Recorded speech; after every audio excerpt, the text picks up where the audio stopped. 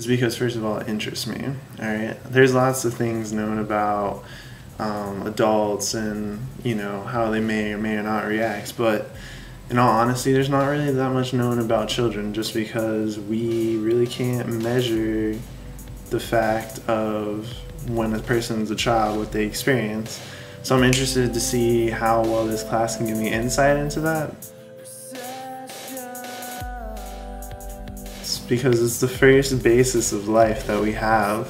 We can't really even know how to handle adult issues if we don't start from the very beginning of life. I mean, as a psychologist, most psychologists start from the basis of, oh, well, what's happened to you when you were 4 or 5, and if your parents went through a divorce, or even things like this. But even in infancy, I think all the little things that we do make up who we are, because without those little things, and knowing why we did these things, we can't really explain, what we're going through in life right now.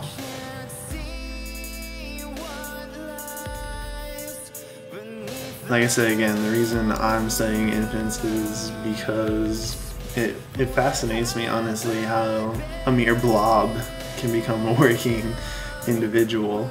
How, mainly when it pertains to language, I mean, I know my teacher mentioned something about language, and that's her forte. That's actually my forte as well.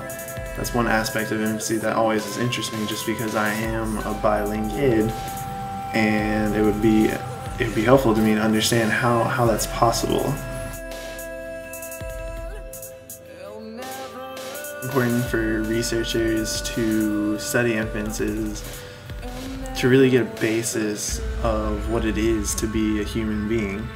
If we start from even inside the womb up until the time that we grow up, well, a lot of things that happen in the womb and when you come out of the womb, and the things that you like when you're a child can ultimately reflect what you do as an adult, your habits, your behaviors.